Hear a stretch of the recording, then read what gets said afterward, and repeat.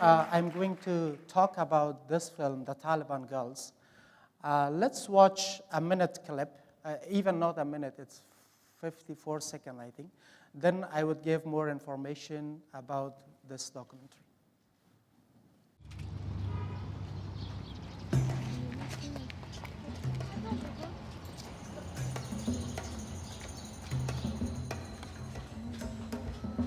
ایجاد مدارس و خانه‌هایی که درس قرآن می‌شوند این را بر این مردم پخش می‌کند و نشر می‌رساند. حالا فعلا که می‌بینین ما دست خود را پنهان کردیم که جالی هم به چشمان ما انداختیم پوزبان بند کردیم به خاطر فتنه دنیا. ها زنهایی هستند که از بی‌حجابی و از بی‌عزتی و از فساد خوششان نمی‌آید. کمی مغزشان خراب میشه در مدرسه قسمی است که اگه چند وقت رفتی باز کمی دیونا رقم میشی. چرا در وطن ما، چرا در سر دخترای ما از برای خدا تا چه وقت؟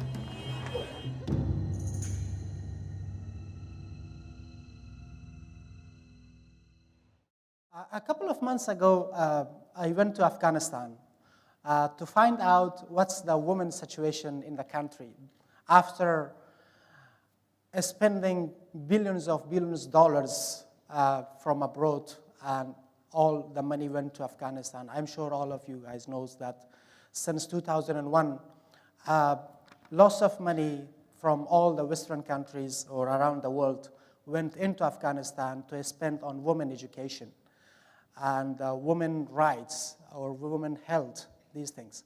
Then I noticed after 13 years being in Afghanistan, then such a madrassa, they're teaching girls in a very extremist way, like to not go to school, just come to madrassa. To not go to wedding party, just come to madrassa.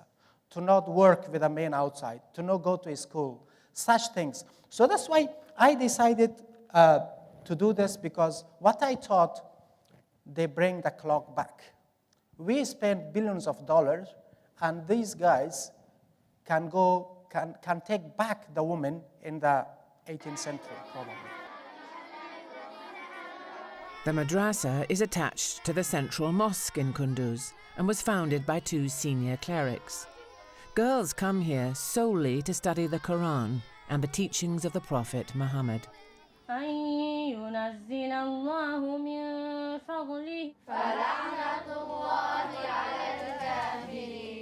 Yes, that's fine. They have lots of male teachers, but the male teachers are not allowed to come inside the class. They teach behind the partition. And what they believe in Islam, it says it's haram or forbidden to see the man's face. So this is that.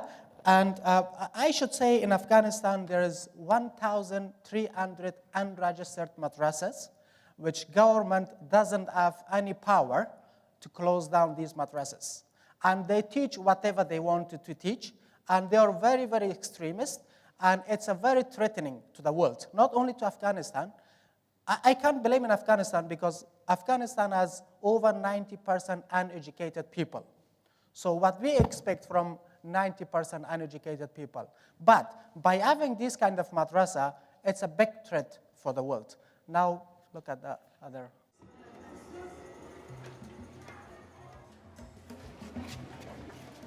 حقوق الوالدین. پس نافرمانی والدین چی هست؟ گناه بزرگ.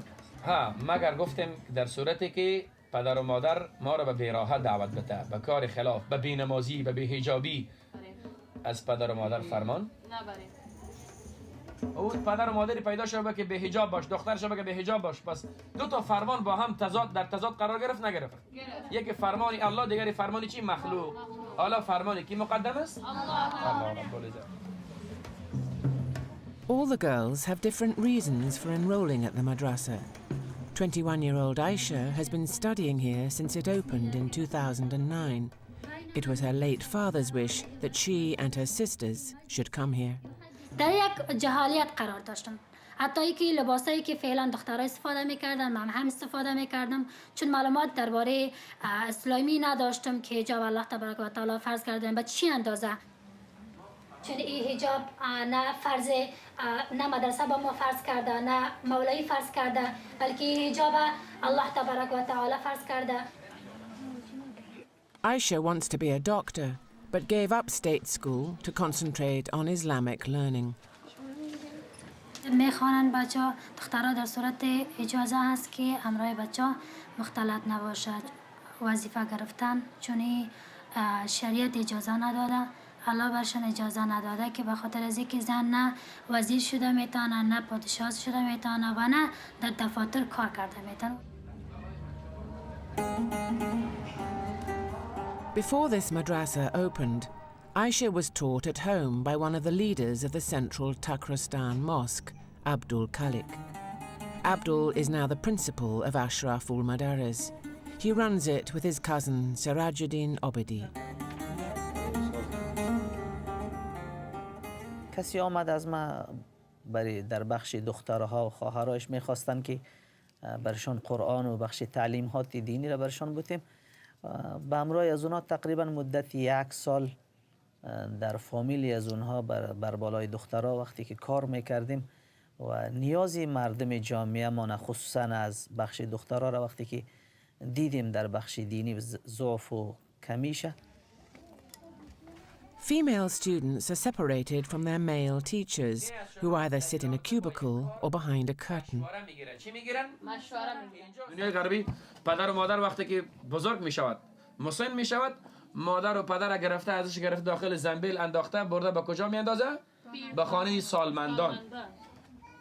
رسول اکرم صلی الله علیه وسلم فرمودن وقتی که یک زن که یک مرد نامحرم یک جا خلوت میکنه سومی شیطان هست. Abdul Khalik accepts that the barriers between female students and male teachers reduces the effectiveness of teaching. تعلیم بالمشاهده تأثیر 100% داره و وقتی که اگر مشاهده نمیشه تأثیراتش در 70% و 60% و از 50 بالا میآید. این ما میدانیم ولی بحثی نکته ایش است که اگر بالمشاهده استاذ مرد یک جنس با جنس مخالف دیگر وقتی که بالمشاهده شود حتمی شیطان است و حرکات ها و غرایز انسانی هست. There are now 1,300 unregistered madrasas in Afghanistan, where the children are given only religious teaching. This is increasing concern amongst those involved in mainstream education. Nadia Asifi is the local government chief of women's affairs in Kunduz province. و حدیث شریف از حضرت محمد صلی الله و آله و سلم است که میگویند آموختن علم و دانش بر مرد و زن مسلمان فرض است، چه در مکتب باشه چه در مدارس دینی باشه. در مدارس تخارستان که ما شما میبینیم کتابای دینی و اسلامی تدریس میگه در مکتب با وجودی که مضامین دینی تدریس میشه در پالی از مضامین الجبر، ریاضیات، ساینس و جامعه شناسی و بعضی مضامین دیگر هم اضافه تر است که میآموزند. اما در مدارس دینی که ما زیادتر میکنیم کلش مختص به مضامین دینی و اسلامی است.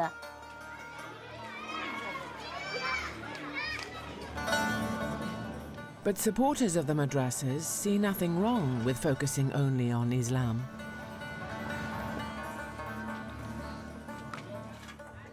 Asma's father is a mullah, and she joined Ashraf-ul Madares when it first opened.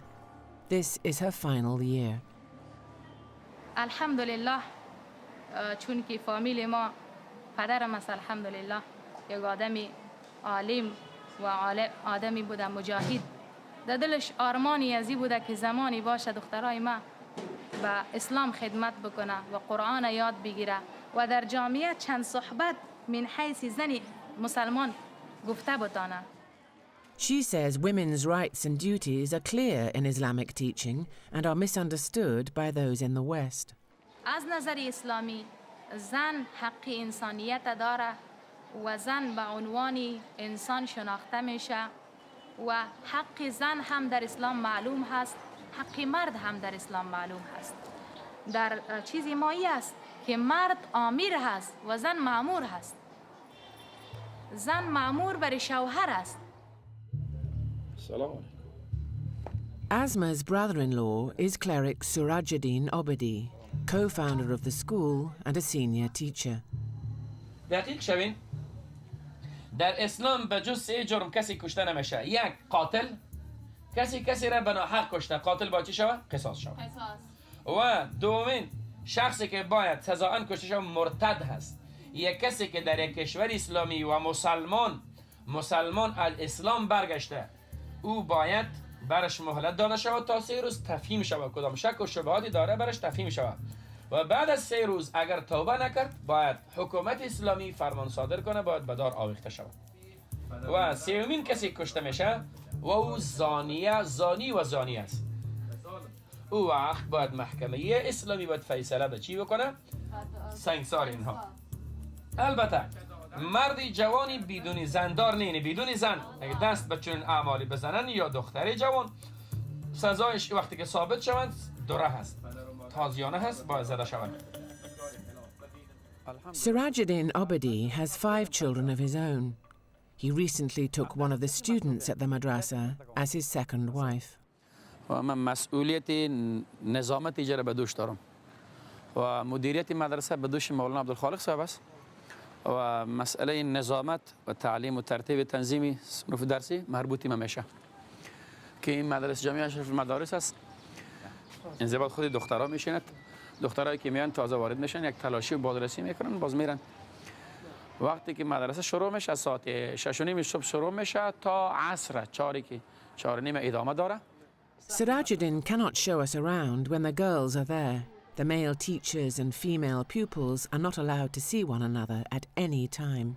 ما باز از این خالگاه ها استفاده کردیم. بله، این را هم به شکل یک صنف جور کردیم. چون کمبود صنف داشتیم، جا کم داشتیم و امکانات کم، به این خاطر چونی برای ما اساسی و کمی که اقتصادی تمام شد. این غرفه در اینجا ایجاد شده. غرفه به خاطر رفع نیاز خود شاگردای مدرسه، از اینکه طرف برن به دکانا و از مدرسه برای درس یا خلل وارد شوه، بنان برای رفع نیازهای ضرورت‌های اولیه میجا خود مدرسه خودشان در اینجا غرفه دارن. از اینجا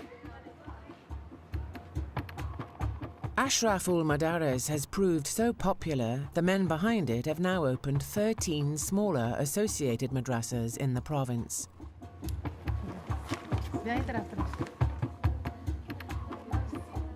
Across the various sites, they teach 4,000 full-time female students over the age of 11.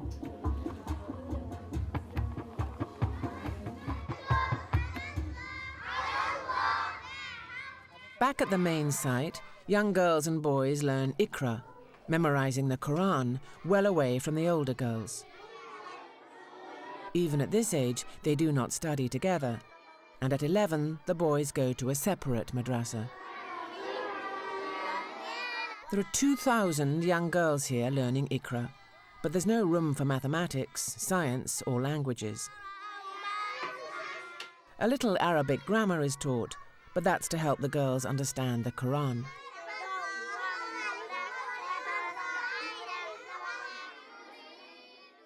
Well, I'm sure now you all have a clear clue about this documentary. And some people were telling me if I'm doing something against Islam. No, I'm Islam too, I'm Muslim. I'm doing something against the extremist, which is not even in Quran. So that's why I made this film. You've seen and you've heard the girls who are studying. You have watched the guys who are running the madrasa. Even one of them met another young girl from this madrasa as a second wife. But he was a scholar, big mullah, and he married with a 14-year-old girl, which was his student. Anyway, actually, I thought let's go to visit some of the other families in Afghanistan who are also Muslim, to find some girls who are Muslim, proper Muslim, and to know their opinion about this kind of madrasas. So that's why I find a teacher who has 4 daughters of her own. Her name is Zargul Alami. So I went to her home to find out. Her father was also a scholar, a big mullah. So I need to know what is her opinion. So that's why I went to her home, and she was welcoming me. And this was her opinion, which you can see in the next clip. جامعه ما نام خدای ته جامعه است که دیگه فقط جنگ انداختن یادم بیکار شدی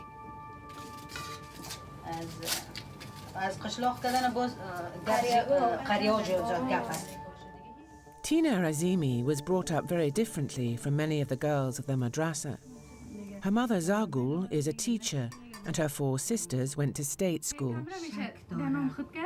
Tina is now at university and wants to join the army. She knows many of the madrasa girls. They used to attend the same state school as her. همین کسایی که اینجا پوش و سیاستن بخیر آله اونا را زاغ سیاه میگن اما یک ایجاب دیگر هم در روی میندازه در حالی که این در شریعت کس که خود خفک بسازی. پیش از اینکه مدرسه ایجاد شوه خودشان به اکثریت میگشت که نمیفتید امید افغانستان از یک فرهنگی داره یک دیگه یا را فهمیده نمیشد. وقتی مدرسه رفتن به ظاهر مسلمان شدن و به ما مسلمانی را فهماندن و با بسان یک چند وقت بعد دیدیم که وقتی کمی مغزشان خراب میشه در مدرسه قسمی است که یک چند وقت رفتی باز کمی دیونا رقم میشی.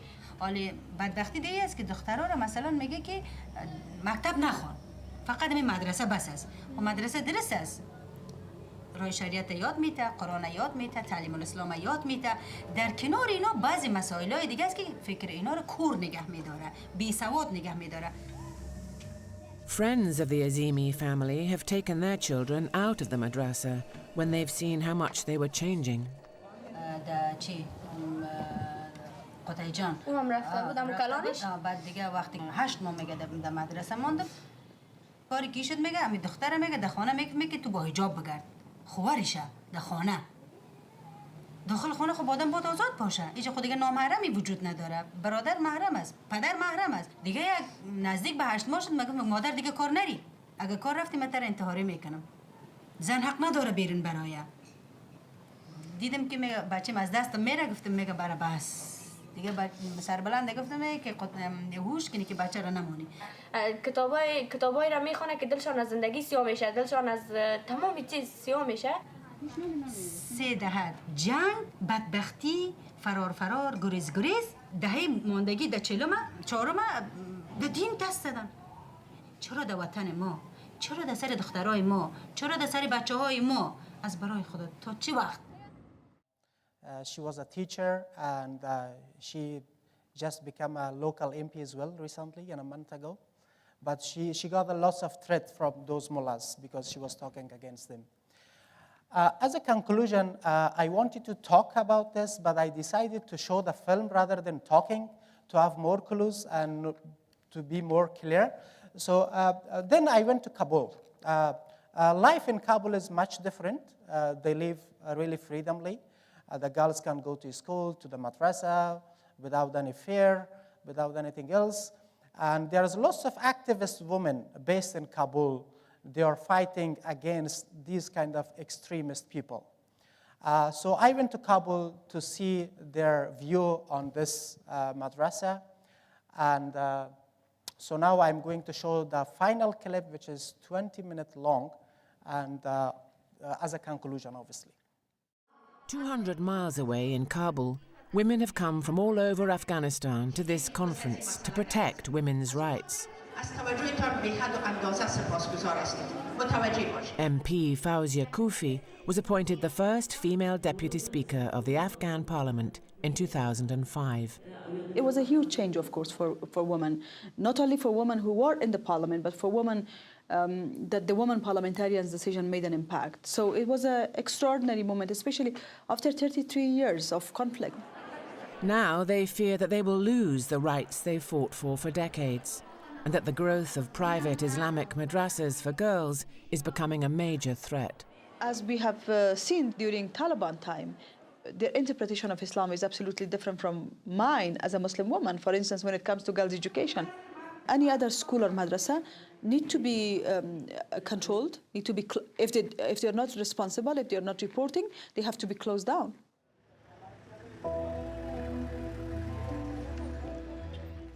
Afghanistan was not always like this. In the 60s and 70s, women in Kabul wore Western clothes. The traditional Afghani blue burqa was a matter of choice.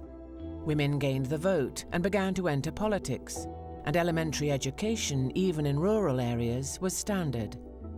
Today, the picture is very different. Around a third of officially registered schools across the country do cater for girls and teach a range of subjects. But these schools are regularly targeted by the Taliban and other armed groups. Teachers and pupils are attacked and killed, buildings bombed or burned down. In the name of kind Allah, my father is a carpenter. Our carpenter is Afghanistan. Your pen is read. Young teacher is very nice.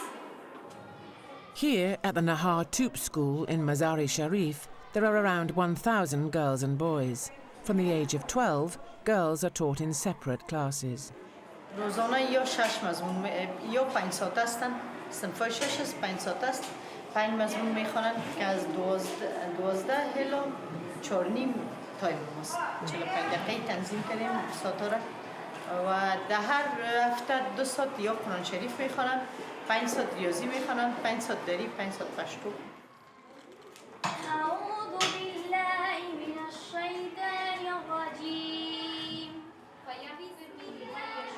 در مکتب که مردهای نامحرم میآید، روها باز است، علقا پایان است، چون اسلام اجازه نداده.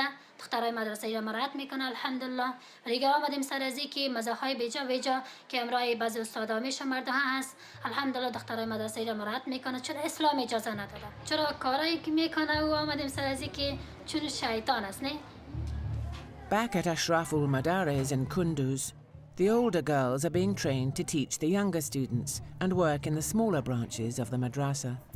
استاذا دیگه الحاقی که داریم، یک استاد مرد به عنوان از معلمین قرآن برای ترجمه و ذهن سازی و اصلاح سازی وجه میرن صبحی اکثر این کار میکنه. برن دخترایی که با ما صنفای بالا را میخونه، امیو باز میره به او دیگه الحاقی ها صنفای پایین درس میده. عمله هست سوزکی است که خود در انتقال میده، در حدود 120 استاد خود دخترها هست. و استادای مرد در حدود 35 تا است. The clerics make frequent visits to every branch of the madrasa across Kunduz province. Abdul Khalik is responsible for the financial side of the operation. The wage bill adds up to thousands of dollars a month for the 155 teachers he employs. در جاهای مختلف اگر امام جمعه هستن و یا اینکه مسجدها دارن و یا اینکه یک درآمدی اولی دارن، برای از اونها 2,500 تا 3,000 و بعضی استادای ما که هیچ درآمدی دیگه نداره در مجموع در مدرسه زندگی میکنه، برای از اونها تا 9,000 برشان معاش داریم.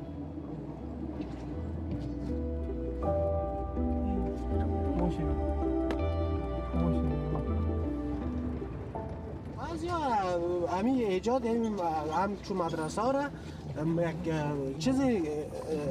چیز میتن سیاسی برش میتن، همچون موضوعات برای اینا درس میتن و حتی پول از بعضی همچون گروپ ها مثل طالبان اینا برای اینا کمک میشه. چه هست؟ واقعیت خو اصلا نداره. اهداف کسایی که همچون توطیه را اندازی میکنن، اهدافشان به خاطر یک نسبی حجاب و یک نسبی زندگی اسلامی که در وجود دختران مسلمان می آید، تقاضای از اونایی است که امی پروسه را خنثی بکنه و جامعه اسلامی را بدنام بکنه به نامهای مختلف و به تاپه‌های مختلف. On the outskirts of the city, Abdul Khalik is visiting the most recent school they've opened in Kunduz. He insists there was no outside funding involved. بله، اینمی جامعه حفصه الحاقه اول جامعه الصالحات، بخش جامعه اشرف المدارس این آسیاش است. طریق خریده شدن از این است که خود دخترها در مرحله اولی زیور آلات و مسائلی بعضی طلا و انگشتر و گوشواره و چیزها را با هم جمع کرده. فاصله داره، حالی میریم میبینیم جاهایی که استاذا میشینن و درس میدهن، جای از اینها جدا میباشه و جای دخترها جدا. و اینی الحمدلله فعلا استاد ما 6 تا پرده هست ولی فعلا استاد 6 تا درس گفته ساده و طرف دختران است درس گوش گرفته ساده. Again, neither Abdul Khalik nor our cameraman is allowed to see the girls, even though they're in full hijab. تلاش ما است که مکمل از خود خانه ها، از خود مادرها و از خود دخترها استادای باشه، اونا بتونن که برنامه‌های دینیشان خودشان به شکلی به خاطر الحمدلله در مکاتب ولایت کندوز هم مکمل زنها وجود داره که درس میتیه. تنها در بخش پوهنتون ما مشکلات داریم و ایرم در فکرش هستیم که خدا اگر بکنه بخش پوهنتونی ما شکلی ساخته شود که مکمل 100% اسلامی و مطابق قرآن از خود خواهرها و مادرها استادای باشه اونا رو پیش بریم. باز میشه انسان‌های کنونی بعد از حضرت آدم علیه السلام میشه. ما قبل از تاریخ میشه. The Azimi family are devout Muslims themselves. Zagul's father was an imam. اسلام هیچ وقت زن در عرصه فعالیت در عرصه اجتماع در هر عرصه‌ای که باشه، وقتی که اجتماع میگیم دو اجتماع اقتصاد هست، دو اجتماع سیاست هست، دو اجتماع هر بود کاریش وجود داره. کدام مشکلی نیست به حساب در اردو رفتنش یا در دکتر شدنش یا در ژورنالیست شدنش. یک آرزو است، این آرزو هم از طریق خداوند به بنده ها داده میشه، یک آمالی است که خداوند به قلب انسان میندازه. فکر نمیکنم که اسلام عزیز ما کار با زن در اجتماع را کدام مشکلی باشه، کدام ممانعتی داشته باشه و گفته باشه که نه زن هیچ حق نداره بیرون برای. و پیشتر هم گفتم وقتی که میگفت از ابتدا میگفت زمان رسول اکرم صلی الله علیه و سلم میگفت که Zagul has ensured her daughters have a more diverse education so they can choose the career they want and play a full role in society. 19-year-old Mina wants to be a journalist. دختر که درس بده بدین یک تلاشی کنه. بعضی میگن خانم پلیس نباید باشه، همینطوره که تلاشی کنه. زیادی کس از طریق چادری میان داخل ولایت یا ولسوالی هر جا انتحاری میکنن. اگه خانم نباشه شاید او خود خانم بشماره، نه تلاشی نکنه نفهمه که انتحاری است. باز قسمی خواهم اولاد امو مدرسه‌ای میموره، امو بچه امو مدرسه‌ای میموره. جامعه نمیشه بدون زن، هیچ امکان نداره. At university, her sister Tina mixes with students of both sexes. She refuses to wear a burqa or hijab. در رشته تاریخ میخوانم. سال اولم خلاص شد، سال دوم در حال شروع شدن است. چند نفر از صنفتان شما؟ در صنف تقریبا ما 50 نفر هستیم که از طبقه اوناس فقط خودم هستم. دیگه تمامش برادرایم از صنف مرد هستن، از طبقه زیگور هستن. But Tina's real ambition is to join the army like her grandfather and uncles and become a general. Despite her mother's support, her father has now forbidden it.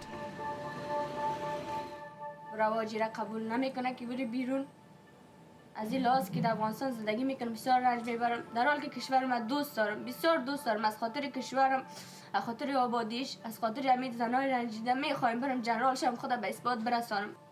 نه بچه تربیت شدم، باز وقتی کلان شدم با اعتماد به نفس ها، با آزادی ها، یک دفعه که چیزی را خواستم با دوج مرا قید ساختن، با من بسیار رنج کشیدم. چرا از اولی تو آزاد مرا تربیت کردن که بعدا نماندن من به آرزویم برسم. یک دفعه تمام آزادی ها را بالای من بسته کردن، بازی مرا رنج میده. Her father feels the army would be too dangerous for his daughter. But despite her disappointment, Tina reserves her real anger for the way she believes her country is being taken over by extremists. این کشور نیمه مسلمان است، این همه تعیین میکنه. توبه خدایم توبه. کاراشان به مسلمان نمیمونه. غیبت، دروغ، پشت دختر مردم گپ زدن، این تجاوزایی که به ضد دخترای بیچاره میشه، این نونبدی ها، این سربریدن ها، این شلاق زدن ها، این که رسم و رواجای بیجا که دختر خوش داشت نداشت در سن خورد آرسی میکنه، بسیار به ضد دخترها طبقه اوناس بسیار رنجا هست. این شما میفهمین، من میفهم.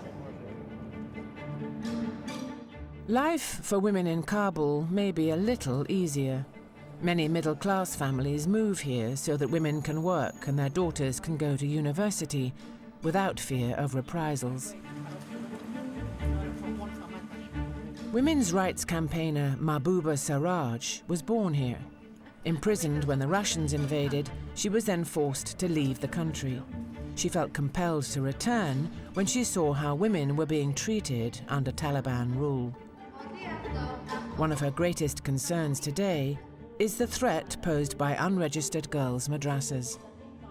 You educate your girls, you not only tell them about, what is the Islamic laws or, the rules and regulations in Islam, but you teach them about everything else. You teach them about science, you teach them about history, you teach them about geography. But then again, Afghanistan, don't forget, is an Islamic country.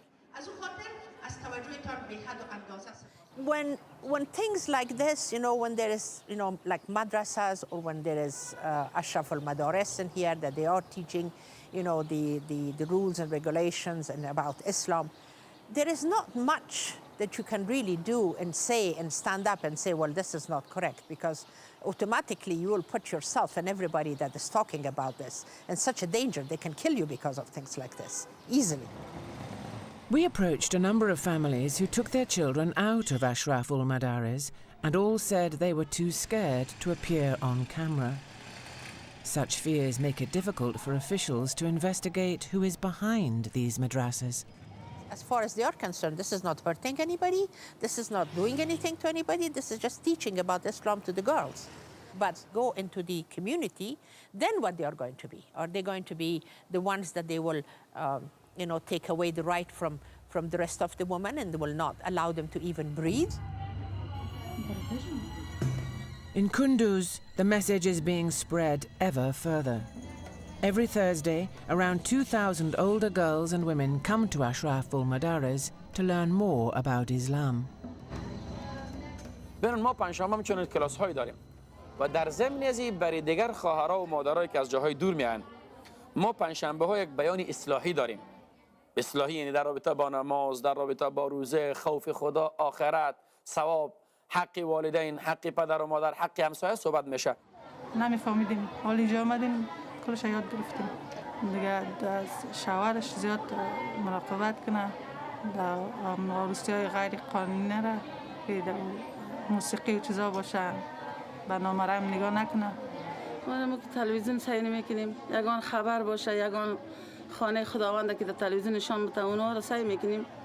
دیگه ایت دراما و سریالا رو سعی نمی‌کنیم. خواندنا رو گوش نمی‌کنیم. دیگه خیش و قومای ما نگه در هتل عروسی کنن. در عروسی از اون میریم، در خانه باشه میریم. Already, some of these women are taking their neighbors to task over their behavior. من میکنم میگم غیبت نکنین، حتی چه غیبت کنین گوشت کسی که غیبت میکنه حتی گوشت برادرش که مرده و زنده هم نمیخوره. غیبت درست نیست و گفتن یک گپ دروغ درست نیست. چشموش نپیچونده سگ رقم میگم تا بال شما خواندین همین ببین بعد به رقم نخوانین، نمازاتان درست نیست. Now, the senior clerics who run the madrasa are creating a network with similarly minded groups outside Kunduz province. بعضشان مستقیم با ما ارتباط داره، بعضشان بالواسطه با ما ارتباط دارن از کادر خود کابل.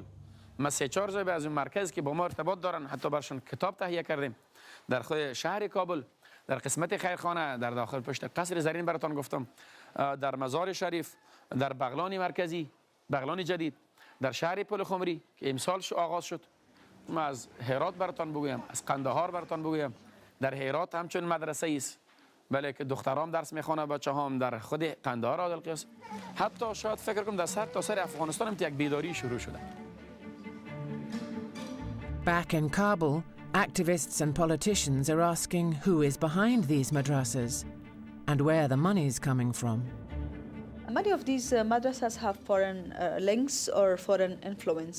I think everybody knows, there is no doubt about it, that one of the countries that unfortunately support such madrasas is Pakistan, and we have been telling to the politicians in so many meetings we have had with them that supporting such madrasas where even you don't control anything out there in terms of their curricula, in terms of their money, in terms of anything, is not a threat only for Afghanistan. Yes, in short term, you could produce extremism and use them in war in Afghanistan, but in long term, they could be eventually a threat for your own security and for your own societal kind of structure.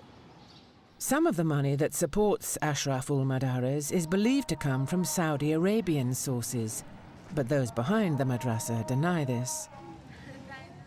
Fauzia Kufi believes that foreign influence is changing the culture here, further restricting women's already limited freedoms. I think it's the influence of the Middle East countries, basically more. You see it in our students. It doesn't have anything with our tradition. Traditionally, we used to wear burqa, although burqa is also sometimes being regarded as stopping women from progress. But sometimes I see hijab is also being misused in certain countries, including Afghanistan. I think that's the influence of these extremism. After years of Taliban oppression, there are now opportunities for girls in Afghanistan to go to school and university, to have a career, even to become an MP. But with madrasas like these, there is now a conflict in some girls' hearts and minds about their rights as women.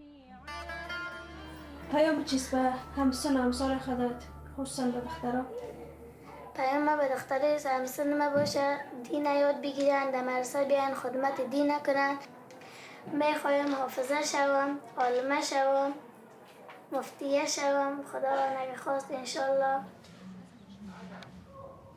و یکی حافظه شوه بعداً باز تصمیم به خودش میگذارم من تو آدارش نمیسازم چون خودم با سواد هستم روشن هستم تو نمیخوایم چیزی که ما میخوایم او همی گپ مرا تطبیق بکنه در مورد آیندهش بعد از اینکه مکتب شد بازدهش خلاص کرد باز نظر شخصی خودش که دکتر میشه حقوق میخوانه یا تعلیمات دینی خود پیش میبره و ایران میدونی که قبل از افتادن چی بوده؟ پاک بوده دسیسه های غرب نمیفهمیدیم مثل که فعلا برای ما در قرآن کریم واضح و آشکار شده و زود از جامعه متاثر می شدیم دو سه زنی به حجاب که می دیدیم فورا ما هم به علاقه پیدا می کردیم که من هم باید می رقم لباس داشته باشم اما زمانی که باز دین بفهمی عزت دینی را بفهمی باز خوشی تو میایه که کاش که امو زنها مثل تو باشن اینمی احساس و اینمی علمیت و چیزی که الله تعالی برای ما داده برکتی مدرسه بوده و الله جل جلاله بعد از این هم برای ما نصیب بکنه حالا یگانه هدف من است که دعوت بدهم با اندازه که خواهرای ما به قسم من نمیفهمیدن آنها را بفهمانم پای وقت نمازشان یکی احکام نماز است روزه هست احکام زندگی است احکام یک خانمی که شوهر میکنن But for many young Afghan women, this conservative outlook is suffocating. چی که دختر هستم در اجتماع زندگی میکنم که بسیار برام محدود است.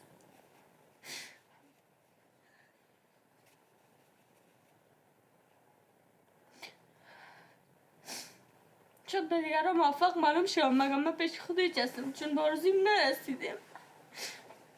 اینقدر زندگی برام تنگ است که فکر میکنم برام نمیمانم تا آخر به آرزویم برسم یک جنرال شو به کلی به اثبات برسانم که میدانم دخترها تمامی ضعیف نیست دخترها تمامش وقتی بیرون میبراین خراب نیستن همگی یک رقم نیست Women may have regained some of their rights, including the right to an education and the chance to take part in public life. But the madrasas dismiss these principles as the result of Western influence in direct conflict with Islam. It's a battle they're determined to win. سرزمینی مردم انقلابی بوده سرزمینی مردمایی بوده که بر اسلام جان دادن خون دادن ان شاء الله خونی از پایمال نخواهد شد میتونم که در خود ولایت کندوز نه در سطح مکمل افغانستان دنیای خارج و دنیای کفر امریکا با او نظریات پوچی که آمده که همگش خونسا میشه و پیروزی از آنی مسلمان ها میشه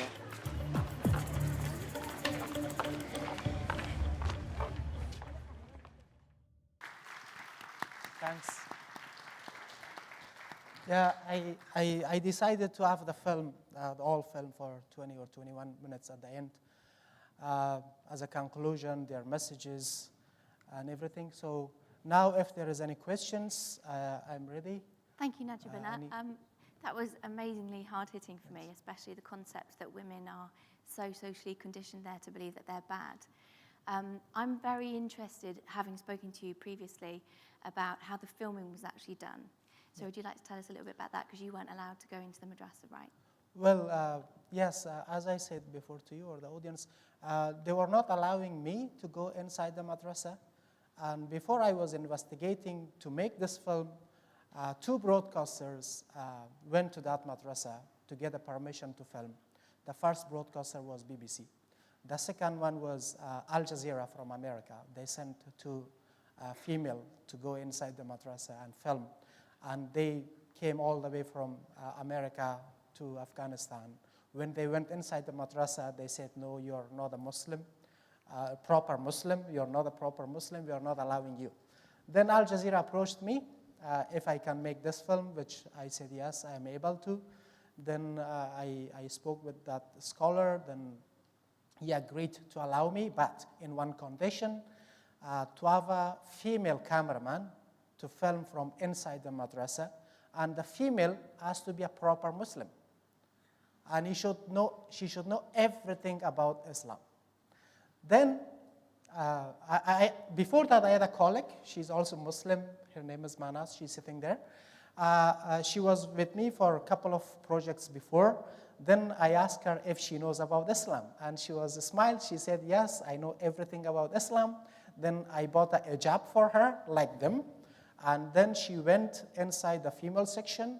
And the female principal, she came over to her and she said, before you coming inside the madrasa to film, I have some questions for you. She asked some 10, 20 questions about Islam. Once she realized that my colleague is a proper Muslim, then they allowed her. So I was directing her behind the wall. So I was telling her for 1 hour, go film this, do this. Then she was coming back to me, okay, I done this. Then I was telling her what to do. So for 10 days, we were at this madrasa.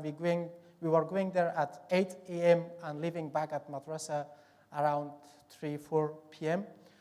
So we managed to film, take this story out. It was all because of my colleague Manas. Otherwise, I wouldn't able to expose the story. Najibullah, let's invite Manas up onto stage with you. Yeah. I think that she should be up here. Yes, I would love to. So I'd like... And she was the one, basically, she saw them, she spent time with them.